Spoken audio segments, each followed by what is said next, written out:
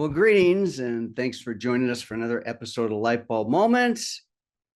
Episode, I don't know where we're at, 190, 195. Someone tell me on our team if you know. I don't know, but it's been a lot, and we're glad you're with us today. Whether you're joining us live, which is usually most Wednesdays at 10 a.m. Central Time, listen to the podcast or watching the YouTube, glad you're with us.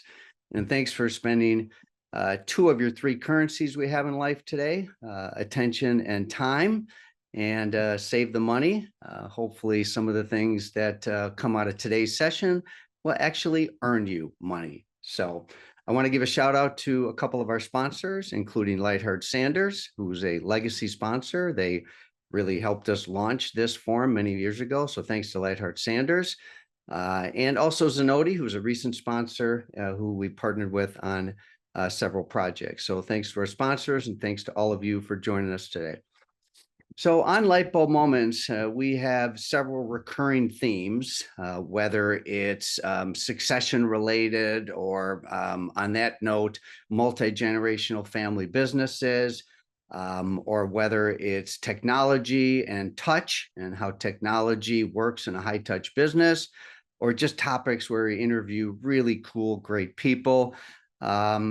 This forum is, I think, an important place. And certainly this forum frequently gets into data, and that will be the subject of today. The subject of today is really to help memorialize the formal release of the 2024 P&L study, which the final report went out last week to participants. And in addition to that, participants also got a scorecard to see where their business stood as it relates to the group. So today with us, I thought it would be appropriate as part of memorializing the final release of the P&L study report. And for those of you that didn't get it yet, because you didn't participate or for whatever reasons, we'll talk about that in a little bit here. But I would like to welcome two key members of the data team at this point. First, we have Adriana Arispe, who is part of the Qnity team. And Adriana and myself were the only two people to actually see the data and the actual P&Ls that came in from participants other than Jarrett. And because the Qnity Institute really isolates its activities relative to a lot of the other things we do at Qnity. So Adriana, a little bit about you here. So Adriana has an MBA from the University of Texas, Austin McComb School of Business. She's Director of Operations for the Qnity Institute, which is the data division of Qnity. Experienced operations and marketing professional with 15 plus years in project management, data analysis, digital marketing, and operation. And Adriana, thank you. You served as project manager and provided some critical analysis throughout the whole process. So thanks for your involvement. Good morning. Good to see you. Good to see you, Tom. Then let's also welcome Mr. Jared Sanders from Lightheart Sanders, the CPA firm. Jarrett is a shareholder and audit partner at Lightheart Sanders with over 25 years experience. He leads the firm's audit department, worked closely with salons, spas, and schools to interpret and present financial information. Jarrett's also led P&L benchmark projects for cosmetology schools and is a frequent industry speaker on financial topics. For this study, Jarrett, you and your firm oversaw the collection of profit and loss statements. You had the no small task of standardizing the line items and provided preliminary analysis. So thanks for your help on the project too. It's been a fun project for sure. Well, it's been a year project, and now in the future it won't take that long. But the first year, even though we've done P&L studies, I think we've done probably about some of the maybe like 7 or 8 in the past. It's many years we've done this. I was very reluctant to do it just because of the lack of consistency in how salons report their information. We're going to get to that in a moment, Jarrett. But yeah, it's been a fun project. It's been an interesting project. And it's for me personally, I don't know that I've seen a study like this that has the potential to make the kind of impact that it can. I mean, the findings to come out of this are super timely, super fresh and relevant. To set the stage for our listeners that don't really know here, so what we did is we collected and analyzed profit and loss statements from salons to provide fresh data on salon profitability, benchmarks and industry trends. We had great participation. We also have to do a really big shout out to the participants. Without the participants, no study. So big virtual round of applause for those that participated. And then also our sponsors. Without sponsors, a project like this doesn't happen. So I certainly wanted to give a shout out to some of our sponsors, which included Wella, Zenoti, Aveda, Boulevard, Neil, and then also your firm, Jared. So thanks for that role too. So Adriana, let's and for our listeners, what I'm going to do today is after I have a short conversation with Adriana and Jared about their roles and some of their observations, I'm going to do a very express version of the report. So that those that listen in today can get some of the high level findings. To let everybody know, if you were a participant in the study, you should have gotten a report, and the owner should have gotten a scorecard for their business, as well as an invitation to be in some forums that allow for more Q&A and all of that. So certainly if you participate in the study, this afternoon, we actually have a 1 p.m. Central Time session for multi-location to go through and do Q&A for participants and go through scorecards.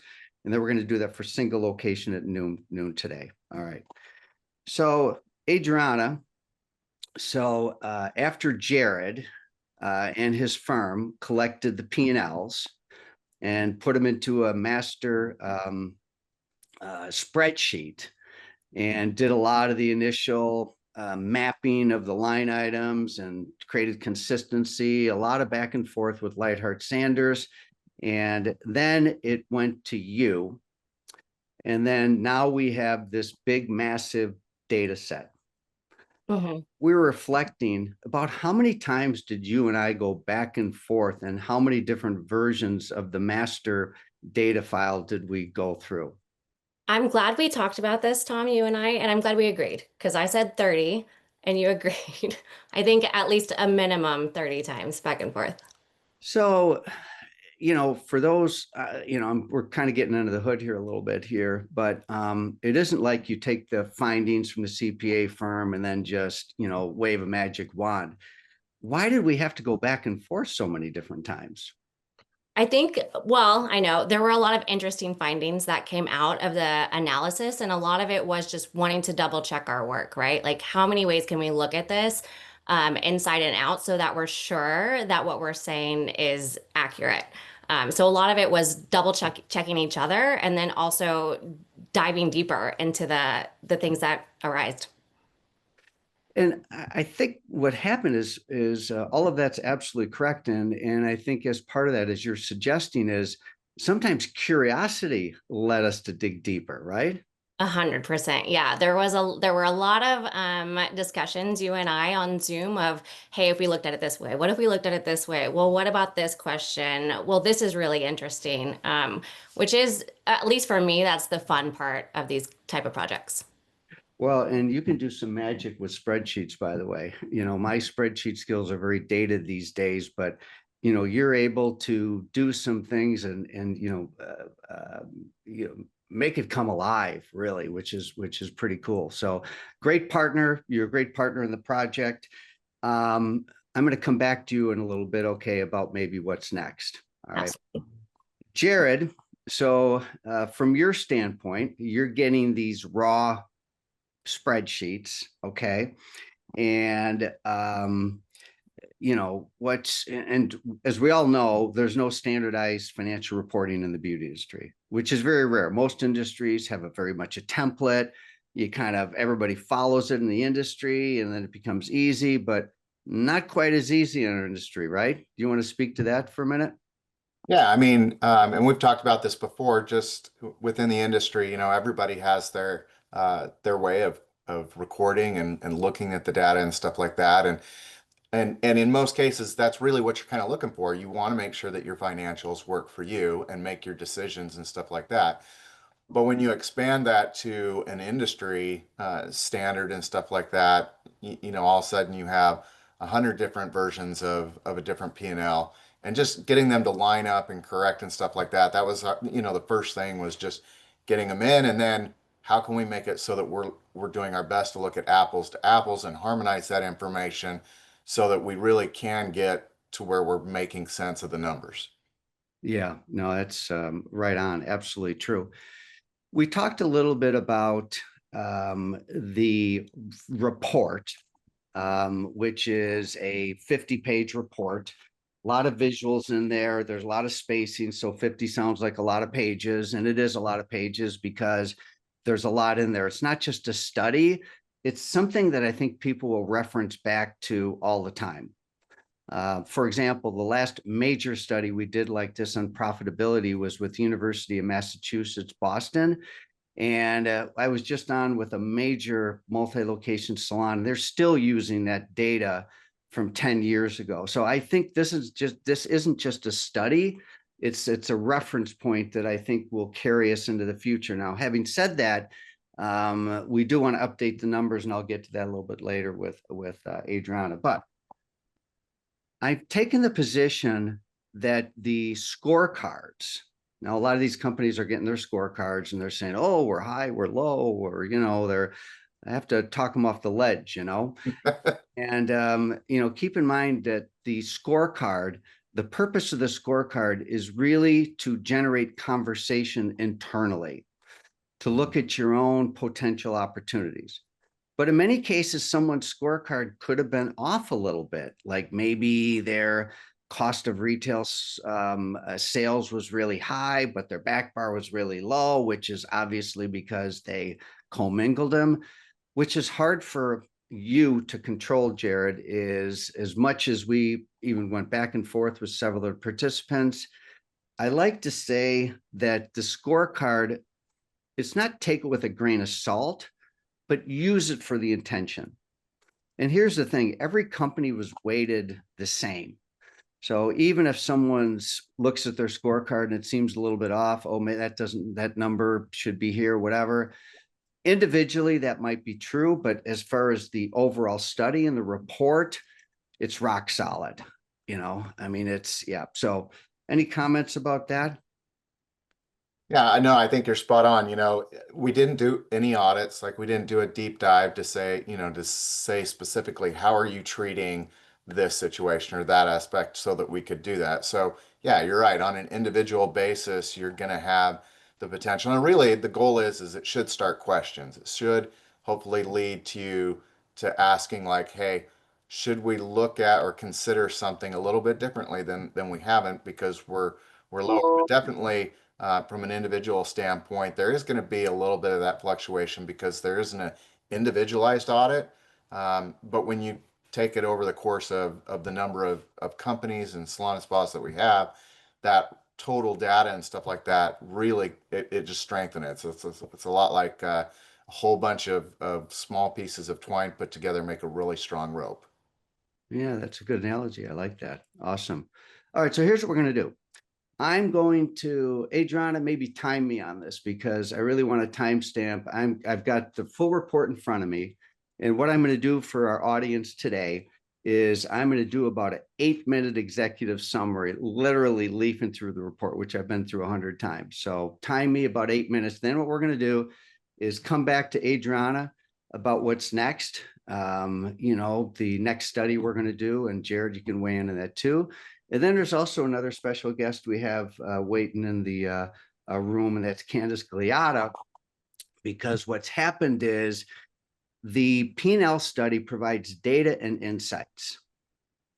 And then everybody asks the question like, well, data and insights are great. What do we do with the data and insights? And that's where Candice has come in because what Candice and I are working on together is something called Profit by Design, which is a 90%, it's a program that's 90% driven by actual data from the report on actual solutions to using the data to increase profitability. So I will start my clock now, Adriana, no more than 8 minutes, and I'll give the group a high level finding, okay?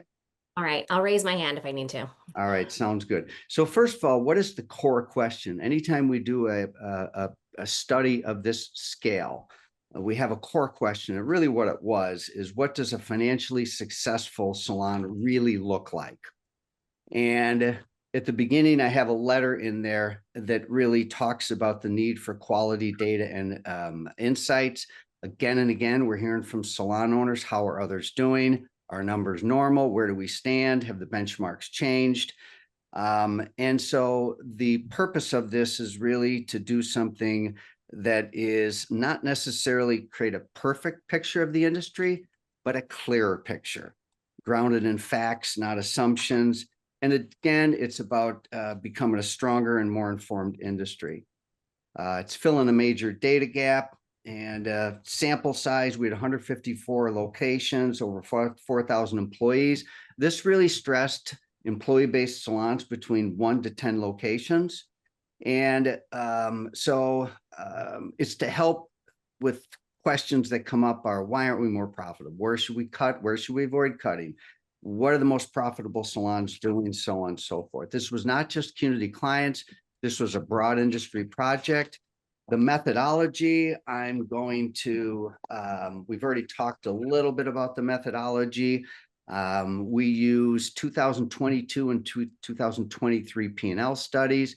We looked at 2 measurements of profitability, and ultimately we created a framework for our insights, which is the meat of the report, that breaks profitability down into 5 drivers. And that's what I'm going to spend most of my time with you guys today, is those 5 drivers, which are labor, products, space, operating expenses, and then revenue, all of them being very instrumental in looking at profitability and actually increasing profitability. As I mentioned, everybody got their own private scorecard. It's important that we spend a lot of space in the report towards the back that deals with disclaimers and do this, don't do that. Funding. I mean, we provide full transparency and we do that. So that would be for the more intentional reader. Okay. So profitability, here's what we found. And I don't know that this piece is necessarily a big surprise, but we found that for every dollar that comes in for a salon, 5 cents is left in profitability. But it's really how it breaks down and the difference between the top and the bottom performers, which one of the things we did is we broke the group into quartiles. We found what the top 25% of salons, as measured in net operating profit, did and what they did differently. And then we also looked at what the bottom group did and what the average is. So in the report, we provide 17 different key performance metrics, 2 for profitability, 3 for labor, 3 for products, 3 for space, 3 for operating expenses, and then 3 for revenue. All right. So we found is that the average profitability for the group net operating profit was 7.3%. Net operating profit is before we look at things like owner's compensation, interest expense, depreciation. It's pretty close to something called EBITDA. And then we found that net income was 4.7%. So here's the deal.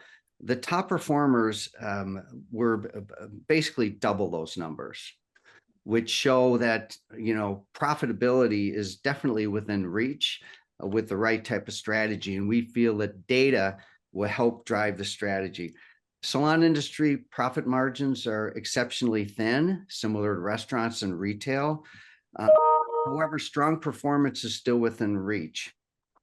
So I'm going to get into a little bit about labor.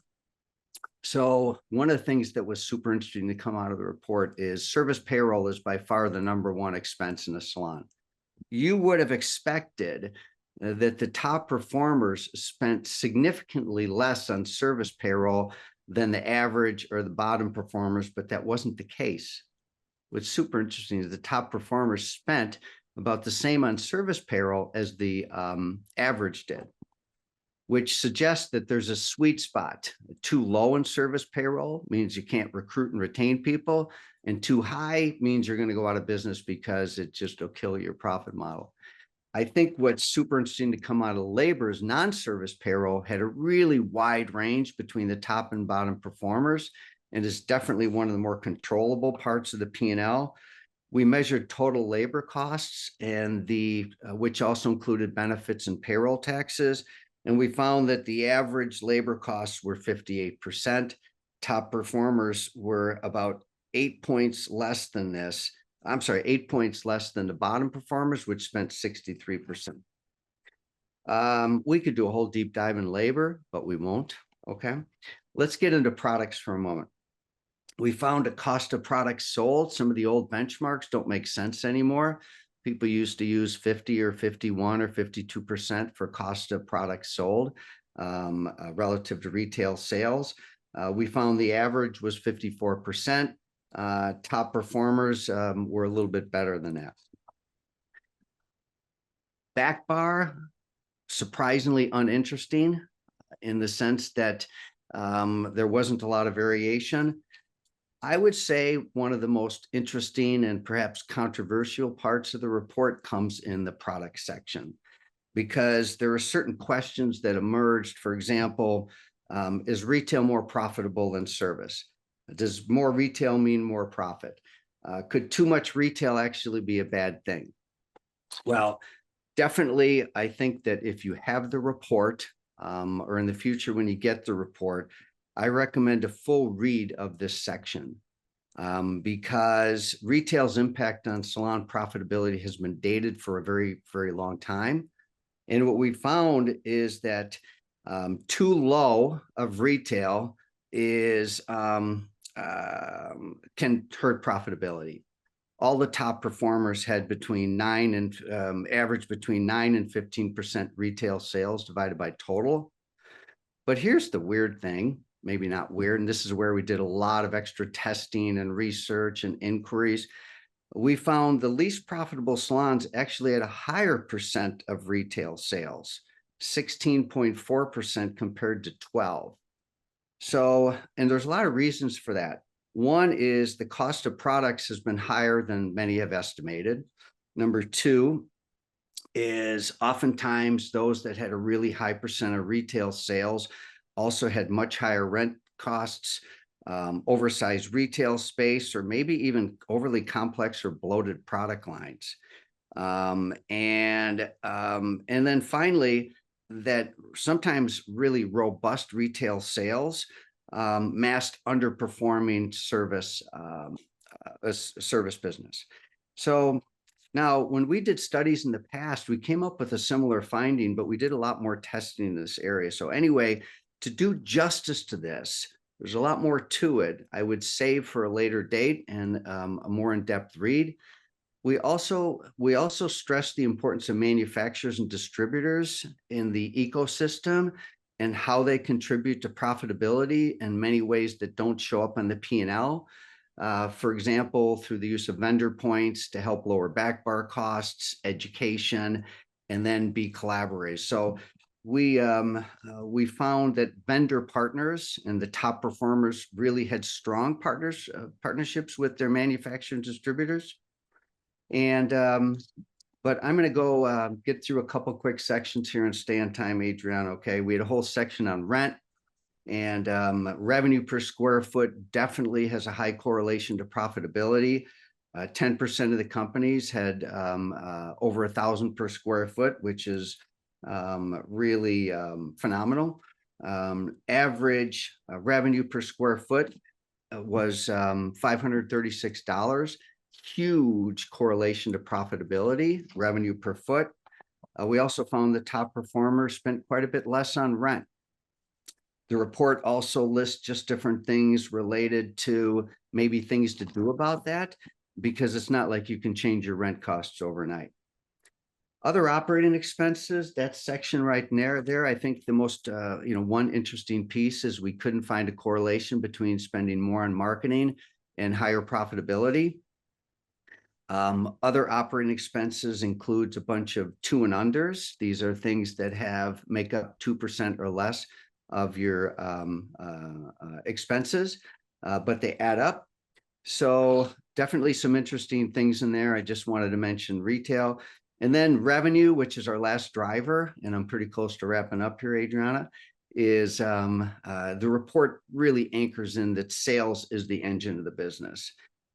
Strong sales drive everything else, and a lot of the benchmarks fall in line. So we really take the position that smart salons maximize every hour, employee, client interaction, and square foot.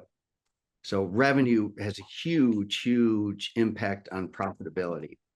And so in the report also has a clean chart that outlines top versus bottom performers. And then when it comes to benchmarks, this is really where I want to wrap up here.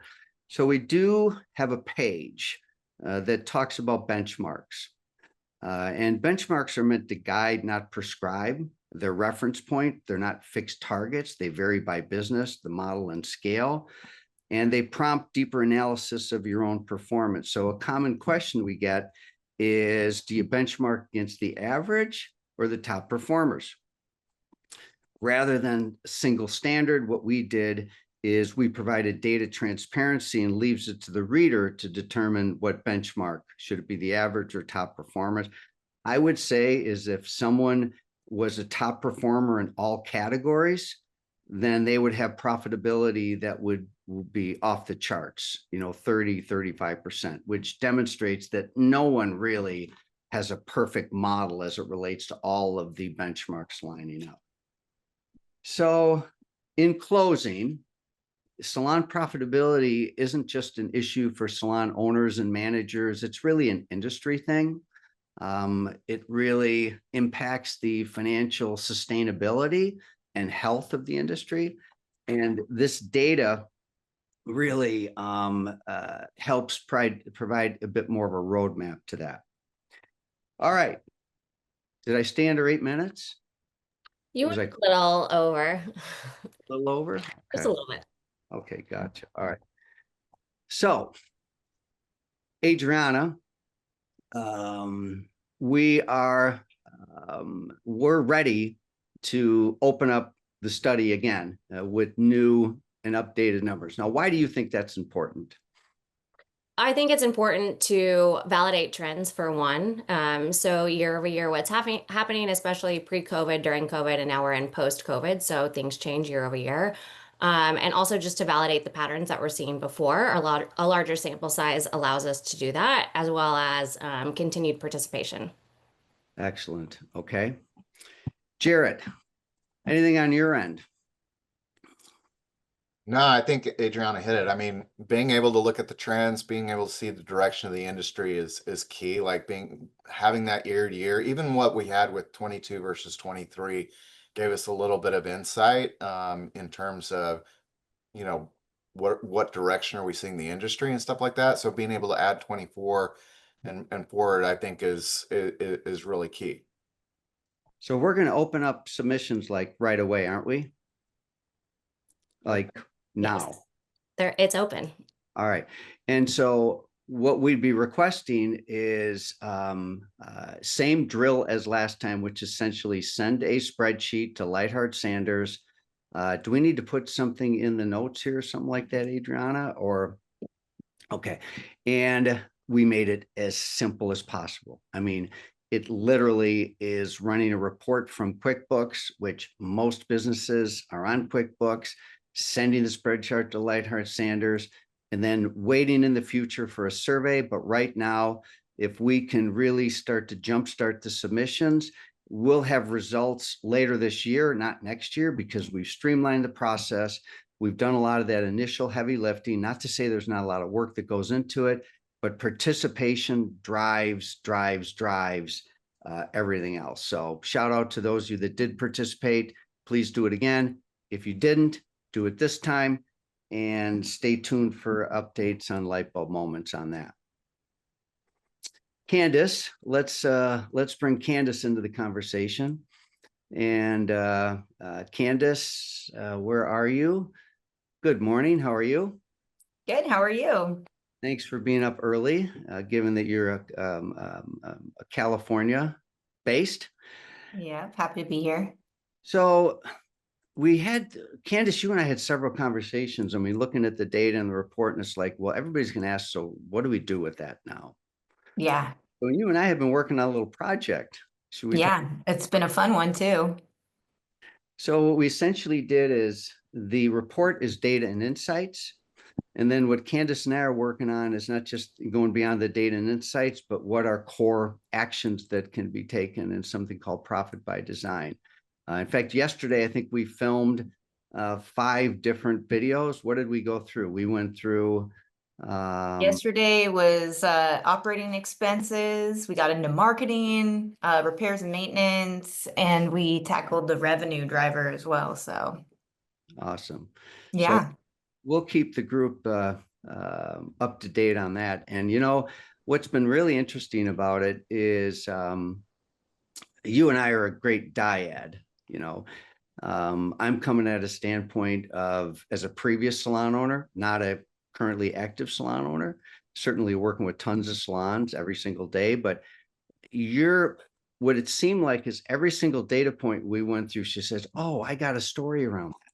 Oh, let me tell you exactly what happened in my business with that. So we created this sort of symbiotic, and it just happened very organically. So I go through the data and the insights, and then you come in and you share a story, an example, and we end with 3 action points and everything, right?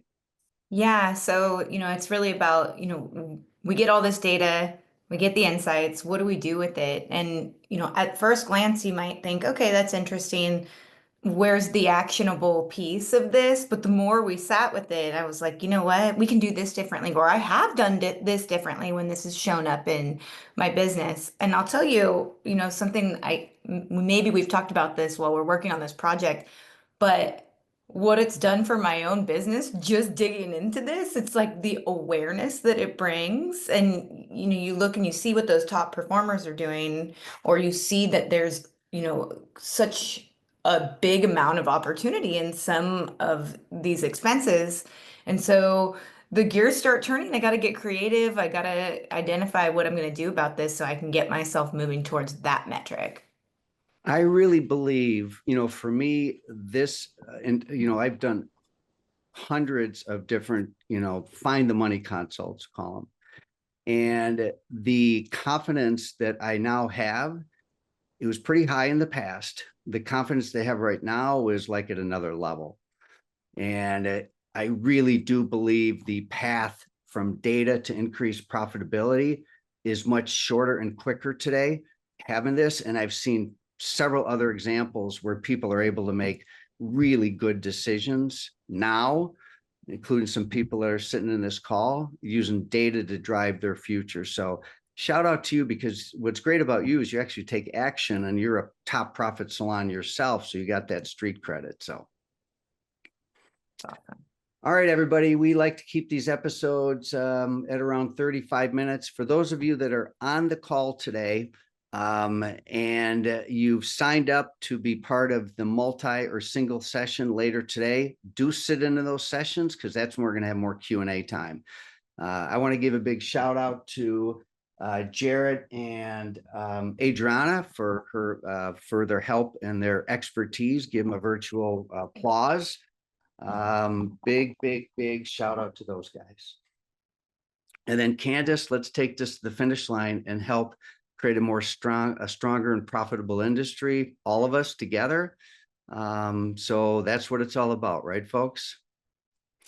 All right, everybody, that will be a wrap. Thanks for our guest today. Thanks for those of you that tuned in. And thanks also for those that participated in the study. And some of you will see later today. Otherwise, we'll see you in a future episode of Lightbulb Moments. All the best, everybody. Thank you.